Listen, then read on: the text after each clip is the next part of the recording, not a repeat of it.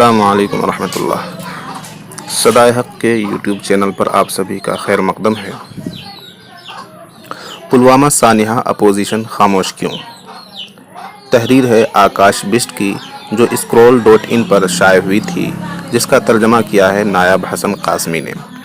ہندوستانی security forces پر ہونے والے ہولناک ترین حملے میں 14 فروری کو کشمیر میں 40 سے زائد CRPF کے جوان مقتول ہوئے۔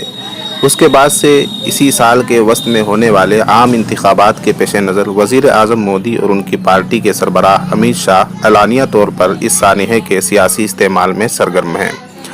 اس کے کئی واضح ثبوت فراہم کیے جا سکتے ہیں۔ مثال کے طور پر ANI کی رپورٹ کے مطابق 17 فروری کو آسام کے لکھیم پور کی ایک ریلی میں امیت شاہ یہ کہتے سنے گئے کہ میں آسام کے بیٹے مینیشور باسو ماترے، جو پلوامہ سانحے کے مقتولین میں سے ایک ہیں، کو پلوامہ سانحے کے دیگر متاثرین کے ساتھ خراج عقیدت پیش کرتا ہوں۔ ان کی قربانیاں اکارت نہیں جائیں گی، کیونکہ ابھی سینٹر میں کانگریس کی حکومت نہیں ہے، BJP کی حکومت ہے۔ دوسری طرف زیادہ تر اپوزیشن پارٹیاں فوجیوں کی موت پر BJP کی سیاست کے خلاف کچھ بولنے سے کترا رہی ہیں۔ نہ انہوں نے مرکزی حکومت سے دنیا کے سب سے زیادہ فوج والے خطے میں ان حساس ترین انٹیلیجنس و عملی کوتاہیوں پر کوئی سوال کیا ہے جن کی وجہ سے وہاں اتنا ہولناک دہشت گردانہ حملہ ممکن ہو سکا۔ کیا اپوزیشن واقعی اس وقت حکومت کی حمایت میں کھڑا ہے اور انٹیلیجنس کی اتنی بڑی ناکامی پر اسے کچھ کہنے کے موڈ میں نہیں ہے، یا کچھ اور بات ہے جو ہمیں نظر نہیں آ رہی ہے؟ کیا یہ خاموشی سیاسی حکمت عملی ہے؟ ایک سینئر کانگریسی لیڈر کا کہنا ہے کہ ہم محتاط ہیں۔ وہ کہتے ہیں کہ ہماری خاموشی کو ہماری کمزوری نہ سمجھا جائے۔ ہماری یہ چپ دراصل TV اسٹوڈیوز کے خود ساختہ نیشنلسٹ اینکرز کے ذریعے پیدا کردہ عوامی ہسٹیریا کے جواب میں ایک پاؤس بٹن ہے۔ ان کے مطابق موجودہ وقت میں جو ہنگامہ آرائی جاری ہے وہ ختم ہو جائے، اس کے بعد کانگریس اور دیگر اپوزیشن پارٹیاں قومی سلامتی کے تعلق سے سنجیدہ سوالات ضرور اٹھائیں گی۔ BSP کے ایک لیڈر جو اپنی شناخت ظاہر نہیں کرنا چاہتے کا کہنا یہ ہے کہ پلوامہ سانحے پر ان کی پارٹی نے اس لیے خاموش رہنے کو ترجیح دی ہے کہ حکومت یہ نہ کہے کہ اپوزیشن دہشت گردوں کو مؤثر جواب دینے کی راہ میں حائل ہو رہا ہے۔ ان کا کہنا ہے کہ ہم لوگ اس وقت بدترین دور سے گزر رہے ہیں اور حکومت ہر اس شخص یا جماعت کو وطن دشمن قرار دے دیتی ہے جو اس سے سوال کرنے کی جرات کرے۔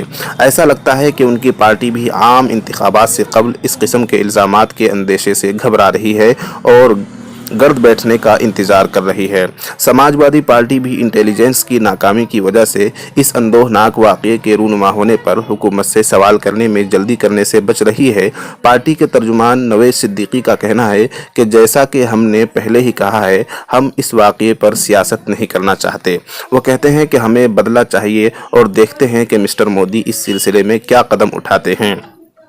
جب انہیں یاد دلایا گیا کہ امیت شاہ تو اس معاملے میں سیاست کرنے سے نہیں چوک رہے ہیں، تو انہوں نے کہا کہ الیکشن قریب آتے ہی ہم لوگ مسٹر مودی اور ان کی حکومت سے انٹیلیجنس کی ناکامی پر سوال کریں گے۔ ان کے مطابق کچھ نہ کچھ خامیاں ضرور تھیں جن کی وجہ سے دہشت گردوں کو فوجی قافلے کے گزرنے کا علم ہو گیا تھا۔ سیاسی تجزیہ کار سنجیو شری واستو نے اس سانحے پر سیاست نہ کرنے کے اپوزیشن کے فیصلے کو درست قرار دیتے ہوئے کہا ہے کہ BJP کے جال میں پھنسنے سے محتاط رہنا اچھا ہے، کیونکہ اس وقت قومی سطح پر نیشنلسٹ طبقہ BJP کے قبضے میں ہے۔ ممتا بنرجی خاموش نہیں ہیں۔ پلوامہ سانحے پر حکومت کو گھیرنے والی واحد اپوزیشن لیڈر ممتا بنرجی ہیں۔ انہوں نے 3 دن کی خاموشی کے بعد پیر کے دن BJP کو براہ راست نشانہ بنایا۔ ان کا کہنا تھا کہ ان کے پاس معلومات ہیں کہ مرکزی حکومت کو خفیہ ایجنسیوں نے 8 فروری کو ہی ایسی اطلاع دی تھی کہ لوک سبھا الیکشن سے قبل خودکش بمباری کا امکان ہے۔ آخر حکومت نے یہ اطلاع ملنے کے باوجود کوئی ایکشن کیوں نہیں لیا؟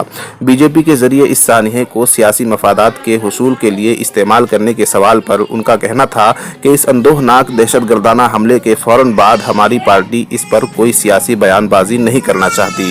وہ کہتی ہیں، ہمارا خیال ہے کہ یہ لڑائی ہم سب کو مل کر لڑنا چاہیے۔ ساتھ ہی وہ کہتی ہیں، لیکن ہم نے دیکھا کہ ہم تو اس سانحے کے بعد چپ چاپ بیٹھے ہیں، مگر مودی اور امیت شاہ گھوم گھوم کر سیاسی تقریریں کرتے پھر رہے ہیں۔ ان کا مزید کہنا ہے، ان کے خطابات سے ایسا لگتا ہے کہ محض وہی لوگ محب وطن ہیں، ملک کی دیگر سیاسی پارٹیاں اور افراد وطن دشمن ہیں۔